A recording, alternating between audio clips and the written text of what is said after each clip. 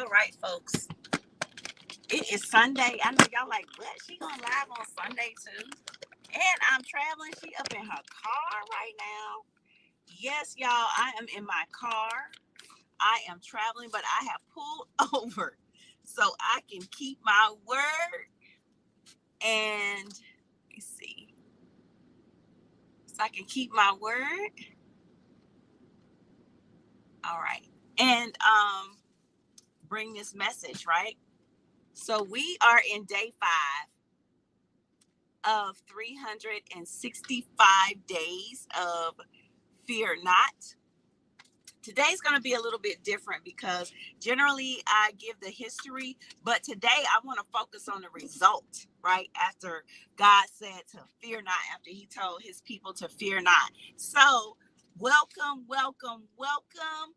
Good morning, good afternoon, good evening, wherever you are in the world. Welcome to Deborah Wisdom, day 5 of 365 days of Fear Not. I am your companion on this journey, Radia Mallard, and today we are reading one of the most exciting stories, one of the most well-known stories, and I'm not even going to say stories, I'm going to say historical accounts, because we are reading one of the most well-known historical accounts of the Bible today, which is the parting of the Red Sea. But I'm just going to read it word for word, how it starts off, because if you are a believer and you know anything about this story, even if you're not a believer, because they have brought this story to theaters and things of that nature, so you know you're getting a mixture of things. But if you're a believer, this story, I am going to read it word for word so that we can see what the word of God says happened. Okay, so it starts off, we're in Exodus chapter 14.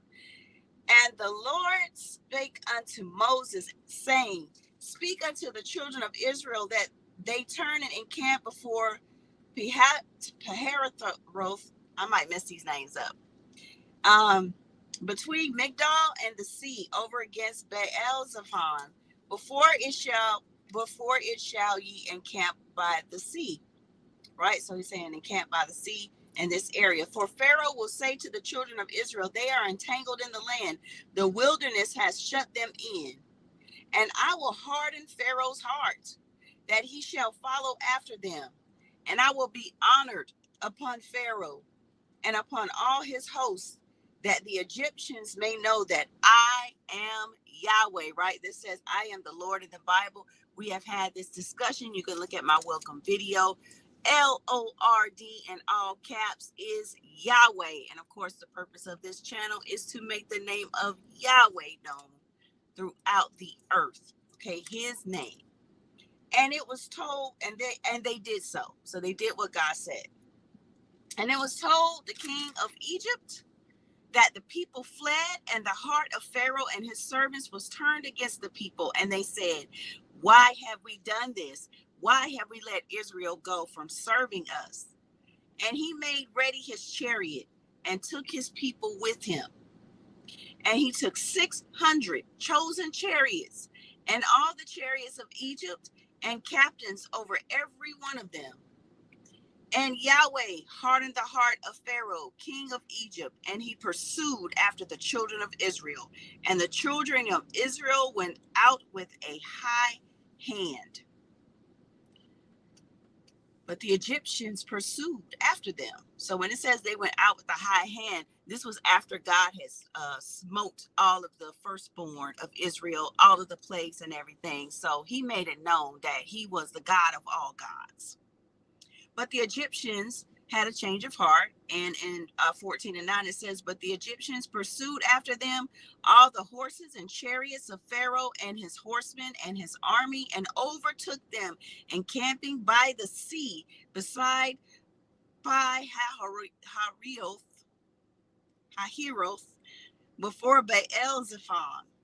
And when Pharaoh grew nigh, the children of Israel lifted up their eyes, and behold, the Egyptians marched after them, and they were sore afraid. And the children of Israel cried out unto Yahweh. And they said unto Moses, because there were no graves in Egypt, have you taken us away to die in the wilderness? Wherefore have you dealt thus with us to carry us from out of Egypt? In other words, have you just brought us out here to die? These people are coming after us. We got the sea in front of us, Pharaoh's behind us. We have nowhere to go, or so it seems. There is no escape. I just added that in there. Number 12 is not the word that we did tell thee in Egypt, saying, leave us alone, that we may serve the Egyptians? For it had been better for us to serve the Egyptians than that we should die in the wilderness. So let me tell you what's going on here. Just a little bit of a backstory before we get to the meat of this thing. So they were rescued, okay? God brought them out with a mighty strong arm. I mean, they were rejoicing and stuff. They took the spoils of Egypt. Even some of the Egyptians came with them, and they were called the mixed multitude. So the mixed multitude was with them, and God had given a command for all of them to worship him. If they were going to be amongst his people, the mixed multitude were supposed to also worship God the way that he required to be worshiped. But it turns out that this mixed multitude actually caused more issues, because they actually, helped create some of the murmurings and complaints that the children of Israel had over time. So this is just another extension of that.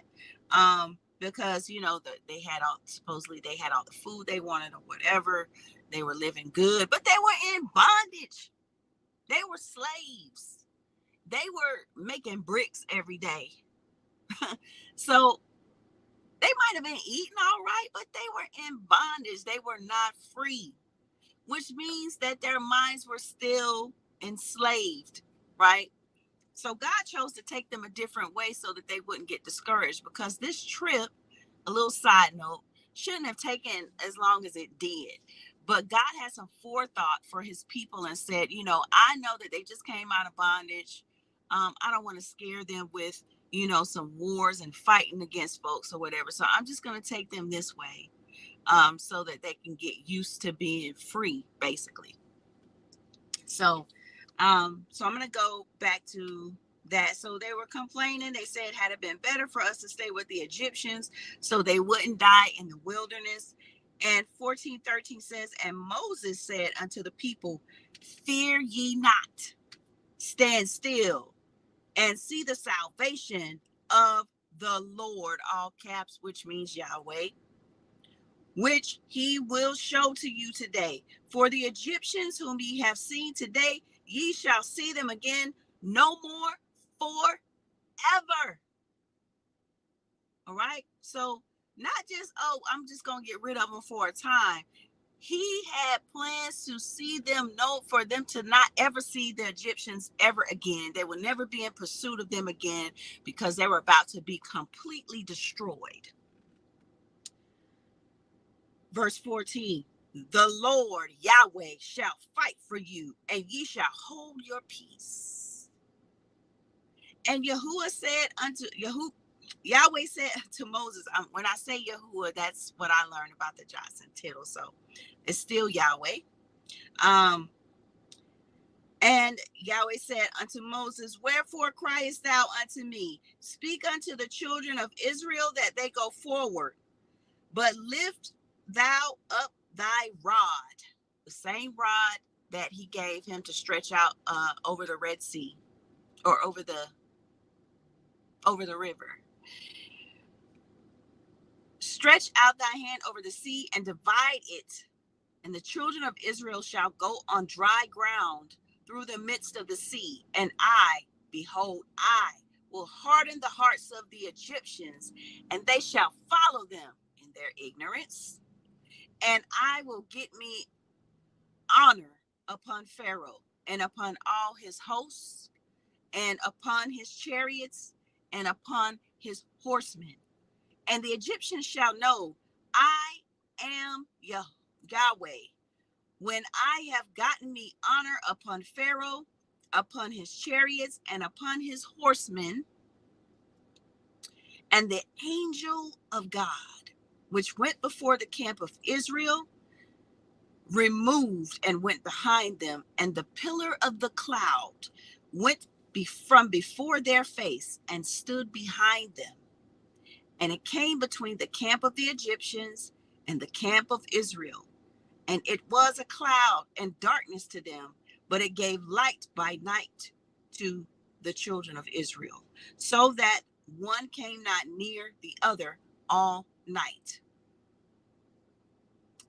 And Moses stretched out his hand over the sea, and Yahweh caused the sea to go back by a strong east wind all that night, and made the sea dry land, and the waters were divided. And the children of Israel went unto the midst of the sea upon the dry ground, and the waters were a wall unto them on their right hand and on their left. And the Egyptians pursued and went in after them to the midst of the sea, even all Pharaoh's horses, all 600 of his horses and his chariots and his horsemen.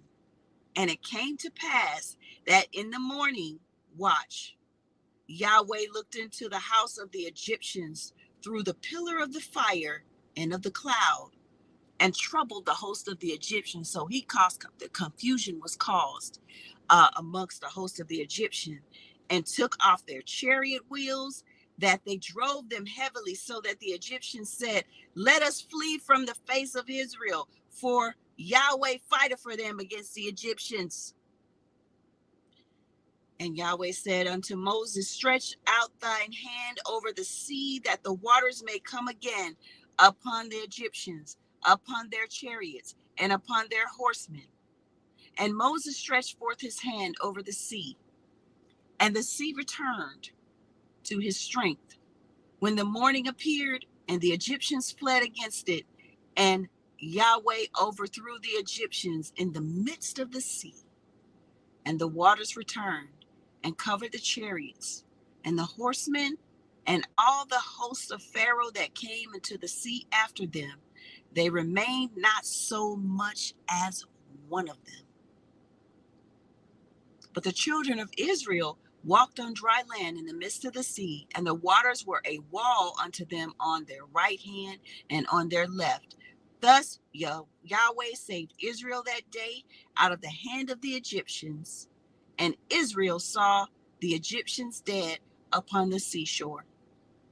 And Israel saw that great work which Yahweh did upon the Egyptians, and the people feared Yahweh and believed Yahweh and his servant Moses. So today's Fear Not is a reminder of the great works that our Father, the God of Abraham, Isaac, and Jacob, has done on behalf of his children, on behalf of those that believe, on the behalf of his chosen people. Fear not. Stand still and see the salvation of the Lord. See the salvation of Yahweh.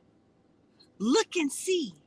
When it seems like you may be closed in on every side, like you are backed into a corner, stand still. Now, that does not mean be silent. I just want to make that clear. It doesn't mean be silent. Stand on the truth, stand on the word, and see the salvation of Yahweh. See the salvation of the God of Abraham, Isaac, and Jacob. See the salvation of the God of all gods. See the salvation of the judge of all judges. See the salvation of the King of all kings. See the salvation of the Lord of all lords. Wherever you're at right now, in your life, if you feel like you are being closed in on every side, stand still, stand in truth, stand on the word, and see the salvation of the Lord. He will fight for you. He will fight for you. And the Egyptians that you see today, the enemies that you see today, you shall see no more.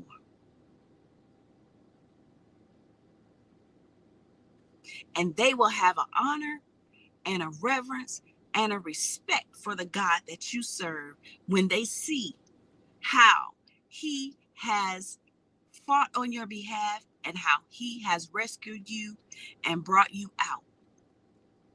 Stand still and see the salvation of Yahweh. I hope that you enjoyed today's 365 days of fear not. Again, we came out of Exodus 14 and 13. Okay. And this was the God, Yahweh, saying, fear not. Well, Moses told the people to fear not, but Yahweh moved on their behalf and he totally annihilated those Egyptians so that the children of Israel would not have to worry about them anymore. All right, so I love you. I will see you all tomorrow at 6:45 as usual. And we will go into another scripture of 365 days of fear not. God bless you, keep you, make his face to shine upon you, be gracious to you, lift up his countenance upon you, and give you peace. See you tomorrow. God bless.